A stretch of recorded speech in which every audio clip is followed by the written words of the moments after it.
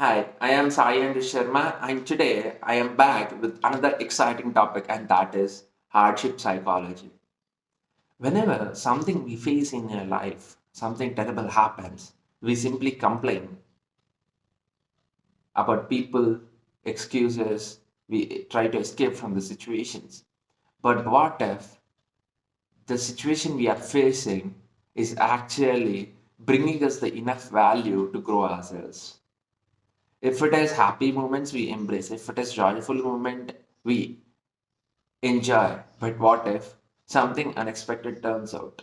Let's say your leg has been fractured. Let's say someone in your family has lost.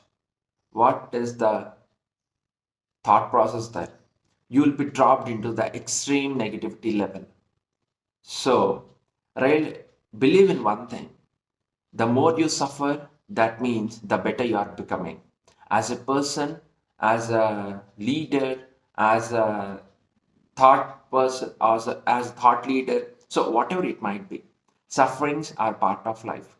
And in suffering, there is growth. In suffering, there is elevation. In suffering, there is potential. So the more you are suffering, that means the more you are becoming. And whenever you encounter the hardships, the difficult times, believe in one thing, accept them, realize that hardships are part of life. When you realize that hardships are part of your life, that is where you are actually accepting the hardships with your potentiality and believing that moving on is extremely important and it is possible for me, I mean for you to move on. So that is what the hardships would do. The second point is hardships are part of growth. That means in the difficult times, generally we embrace ourselves. Let me explain you.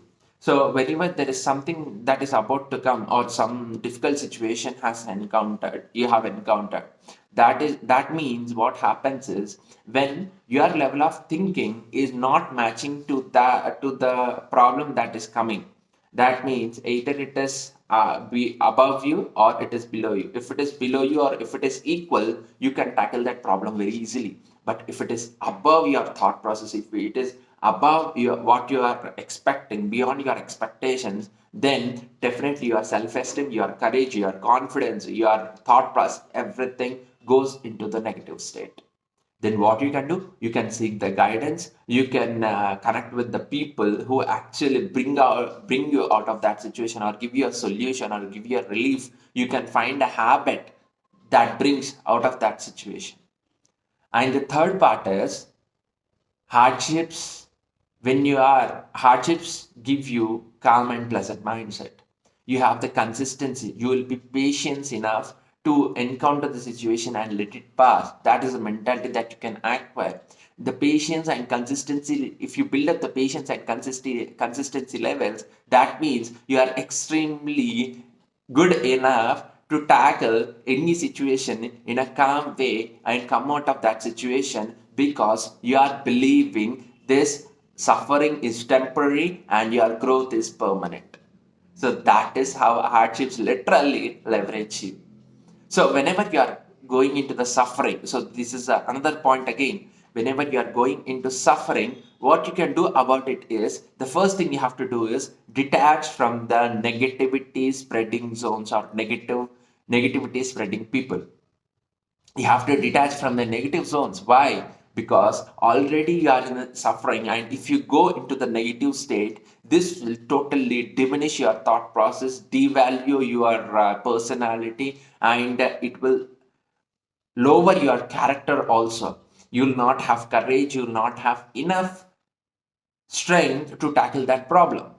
What you can do is you have to connect with the higher sources of energy levels. Let's say if I am the one who have encountered some suffering, that means I'll be connecting with the books, I'll be connecting with writing, I'll be connecting with my mentors, I'll be connecting with the book club that I am participating.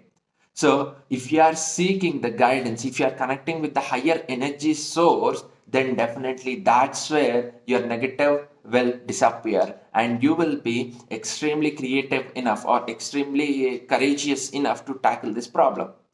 The second thing is protecting your inspiration. Let's say you have put your headphones on, you have listened to that unbelievable music, and you are just jumping and pumping while the music is upbeating in your ears. And what happens then? Your inspiration is growing. Let's say you have read a book. Let's say you have celebrated your moments with the family the before night, and you are suddenly getting low to yourself because of the problem you have it has occurred. That means you are destroying the layer of your inspiration.